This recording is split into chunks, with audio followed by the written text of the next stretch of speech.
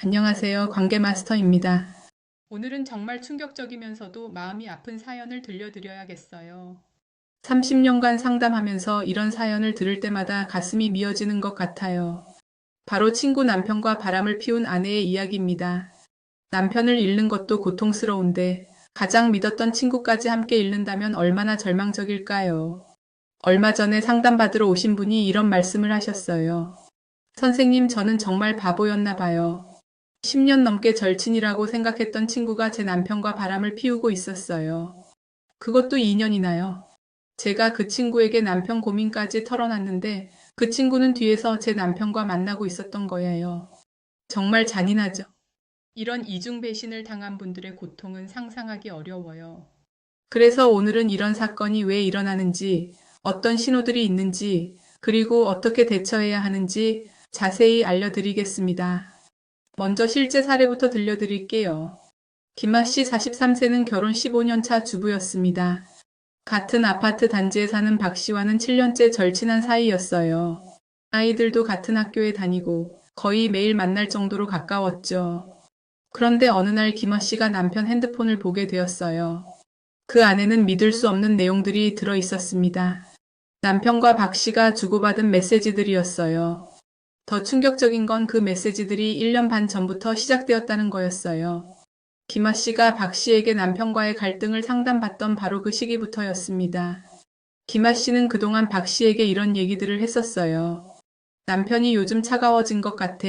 남편이 늦게 들어와서 걱정이야. 남편이 핸드폰을 자꾸 확인해서 이상해. 그런데 그 친구는 괜찮을 거야. 남자들은 다 그래. 너무 의심하지 말라고 답했었죠. 지금 생각해보니 박 씨가 김 씨를 안심시키려고 했던 게 아니라 들키지 않으려고 눈을 가렸던 거였어요. 더 끔찍한 건 김희 씨가 남편과 싸운 날 박 씨에게 전화해서 울면서 하소연을 했는데 그날 밤 박 씨가 김희 씨 남편과 만났다는 사실이었어요. 메시지에 와이프랑 싸웠다며 오늘 밤 더 일찍 만나자는 내용이 있었거든요. 이게 얼마나 잔인한 배신인지 아시겠죠? 두 번째 사례도 들려드릴게요. 정 씨 38세는 대학 동창인 최 씨와 15년간 친구로 지내왔어요. 결혼 후에도 계속 연락하며 가족끼리 만나는 사이였죠. 정 씨 남편은 IT 회사에 다니고 최 씨도 같은 업계에서 일했어요. 그래서 자연스럽게 업무 얘기도 나누고 조언도 주고받는 사이였습니다. 문제는 코로나 시기에 시작되었어요. 재택근무를 하면서 온라인으로 만날 기회가 많아졌고 자연스럽게 개인적인 대화도 늘어났어요. 정 씨는 그 시기에 둘째 임신으로 힘들어하고 있었어요. 입덧도 심하고 몸도 무겁고 해서 남편에게 짜증을 많이 냈었죠. 그런 얘기를 최 씨에게 털어놓기도 했어요. 그런데 그 친구는 정 씨를 위로해주는 척하면서 뒤에서는 정 씨 남편에게 당신 아내는 임신해서 예민한가 보네요. 힘드시겠어요? 라는 식으로 접근했던 거예요. 결국 둘은 온라인 만남에서 시작해서 실제 만남으로 발전했고 정 씨가 출산 후 산후 우울증으로 힘들어하는 동안에도 관계를 지속했어요. 정 씨는 산후 우울증으로 고생할 때 최 씨에게 정말 많이 의지했어요. 그 친구만이 자신을 이해해준다고 생각했죠. 그런데 그 친구가 뒤에서는 자신의 남편과 만나고 있었던 거예요. 이런 사건들이 왜 일어나는 걸까요? 친구 남편과의 불륜에는 몇 가지 특징이 있어요. 첫 번째, 접근성이 높습니다. 친구의 남편은 자연스럽게 만날 수 있는 상대예요. 가족 모임, 친구 모임, 아이들 관련 행사 등에서 자주 볼 수 있죠. 이런 자연스러운 만남이 친밀감으로 발전하기 쉬워요. 두 번째, 정보를 많이 알고 있습니다. 친구로부터 남편에 대한 정보를 많이 들어요. 남편의 성격, 취향, 부부간의 문제점까지 다 알게 되죠. 이런 정보를 이용해서 남편의 마음을 사로잡기가 쉬워요. 세 번째, 신뢰관계를 악용합니다. 친구라는 이유로 경계심이 낮아져요. 설마 내 친구가 그럴 리는 없겠지라는 생각 때문에 의심하지 않게 되죠. 이런 신뢰를 악용하는 거예요. 네 번째, 죄책감을 합리화하기 쉽습니다. 친구의 문제점을 알고 있으니까 자신들의 관계를 정당화하기 쉬워져요. 친구가 남편을 잘못 대한다, 남편이 불행하다, 이런 식으로 합리화하는 거죠. 그럼 이런 배신을 미리 알아차릴 수 있는 신호들이 있을까요? 친구의 행동 변화를 주의 깊게 보세요. 갑자기 남편에 대해 관심을 많이 보이기 시작해요. 남편 직장 얘기, 취미 얘기 등을 자주 물어보죠. 처음에는 친구로서 관심 있는 것처럼 보이지만 점점 도를 넘어서요. 남편과의 갈등에 대해 지나치게 남편 편을 들어요. 당신이 너무 까칠한 것 같아. 남편 입장도 이해해줘야지. 이런 식으로 계속 남편을 두둔해요. 부부 문제에 대해 구체적으로 물어봐요. 부부 관계는 어때? 남편이 요즘 스트레스 많이 받나? 이런 사적인 질문들을 자꾸 해요. 남편과 둘이 있을 기회를 만들려고 해요. 나는 일이 있으니까 남편만 보내라. 남편이랑 상의할 일이 있다. 이런 식으로 단둘이 만날 핑계를 만들어요. 남편의 행동 변화도 체크해 보세요. 그 친구 얘기를 자주 해요. 친구가 이런 말을 했다. 친구 생각이 맞는 것 같다. 이런 식으로 친구를 자주 언급해요. 친구와 관련된 일에 적극적이 되어요. 친구 가족과의 모임, 친구 도움 등에 유난히 적극적으로 나서요. 당신과 친구 사이의 갈등을 부추겨요. 친구가 서운해하더라. 친구 말이 맞는 것 같은데 이런 식으로 친구 편을 들면서 갈등을 유발해요. 핸드폰 관리가 삼엄해져요. 친구와도 연락할 수 있으니까 핸드폰을 더욱 철저히 숨겨요. 그럼 이런 배신을 당했을 때는 어떻게 대처해야 할까요? 먼저 감정을 정리하는 시간을 가지세요.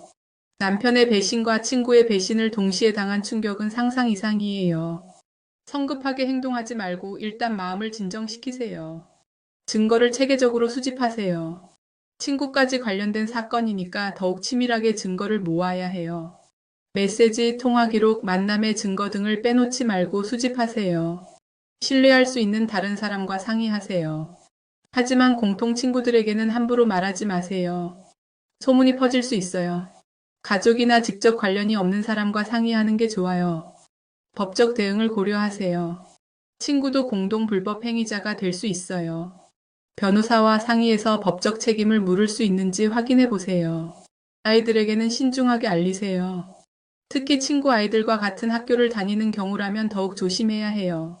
이들이 상처받지 않도록 배려하세요. 이제 실제로 이런 일을 겪은 분들이 어떻게 대처했는지 들려드릴게요. 앞서 말씀드린 김아 씨는 이렇게 대처했어요. 먼저 남편과 친구 양쪽 모두에게서 증거를 더 수집했어요. 3개월 동안 조용히 지켜보면서 만남의 패턴, 거짓말의 내용 등을 기록했어요. 그리고 변호사와 상담해서 법적 대응 방안을 알아봤어요. 친구도 공동 불법 행위자로 위자료를 청구할 수 있다는 조언을 받았어요. 충분한 준비가 끝난 후 남편과 친구를 동시에 불러서 사실을 추궁했어요. 둘 다 처음에는 발뺌했지만 확실한 증거 앞에서는 인정할 수밖에 없었어요. 김혜 씨는 결국 이혼을 선택했어요. 그리고 친구에게도 위자료를 청구했어요. 친구는 남편보다 더 많은 위자료를 지급하겠다고 했어요. 아마 소문이 퍼지는 게 무서웠나 봐요. 지금 김우 씨는 아이와 함께 새로운 동네에서 새 출발을 하고 있어요. 힘들지만 배신자들과 떨어져서 마음의 평화를 찾아가고 있다고 해요. 정 씨의 경우는 조금 달랐어요. 정 씨는 둘째가 아직 어려서 이혼보다는 관계 회복을 선택했어요. 하지만 조건이 있었어요. 남편이 그 친구와 완전히 연락을 끊을 것, 정 씨 앞에서 그 친구에게 사과 전화를 할 것, 부부 상담을 받을 것, 모든 연락 수단을 투명하게 공개할 것 등이었어요. 남편은 이 모든 조건을 받아들였어요. 그리고 그 친구와는 완전히 연락을 끊었어요. 하지만 그 친구와의 관계는 당연히 끝났어요. 정 씨는 그 친구를 다시는 만나지 않았고 공통 친구들에게도 사실을 알렸어요. 지금 정 씨 부부는 상담을 받으며 관계 회복을 위해 노력하고 있어요. 쉽지 않지만 조금씩 신뢰를 회복해가고 있다고 해요. 친구 남편과의 불륜에는 몇 가지 더 특징이 있어요. 이런 관계는 대부분 오래 지속되지 않아요. 죄책감과 위험성 때문에 스트레스가 너무 크거든요. 보통 1년에서 2년 정도면 끝나는 경우가 많아요. 하지만 그 짧은 기간 동안 두 가정을 완전히 파괴할 수 있어요. 부부관계뿐만 아니라 친구관계, 아이들 관계까지 모든 게 엉망이 되죠. 그리고 이런 분류는 대부분 주변에 알려져요. 친구 사이에서 일어난 일이니까 은밀하게 숨기기가 어렵거든요. 결국 소문이 퍼지면서 더 큰 상처를 받게 돼요. 또 하나 특징은 이런 관계에서는 진짜 사랑보다는 스릴을 추구하는 경우가 많다는 거예요. 금기된 관계라는 자극 때문에 빠져드는 거죠. 그럼 이런 일을 예방하려면 어떻게 해야 할까요? 부부 문제를 친구에게 지나치게 털어놓지 마세요. 특히 남편의 단점이나 부부관계의 문제점을 자세히 얘기하는 건 위험해요. 이런 정보가 악용될 수 있거든요. 친구와 남편이 너무 가까워지는 걸 경계하세요. 물론 가족 같은 사이가 될 수도 있지만 선을 넘지 않도록 주의해야 해요. 친구의 조언을 맹신하지 마세요. 특히 부부 문제에 대한 조언은 신중하게 받아들이세요. 친구가 항상 선의로 조언하는 건 아니거든요. 남편과의 관계를 소홀히 하지 마세요. 부부관계가 소원해질수록 외부의 유혹에 빠지기 쉬워져요. 평소에 남편과의 소통을 늘리고 관계를 돈독히 하세요. 친구 관계에도 적당한 거리를 유지하세요. 너무 가깝게 지내다 보면 경계가 무너질 수 있어요. 친구라도 사생활은 어느 정도 지켜야 해요. 마지막으로 이런 배신을 당한 분들께 당부 말씀을 드리고 싶어요. 자신을 탓하지 마세요. 친구를 믿었던 게 잘못이 아니에요. 배신한 사람들이 나쁜 거예요.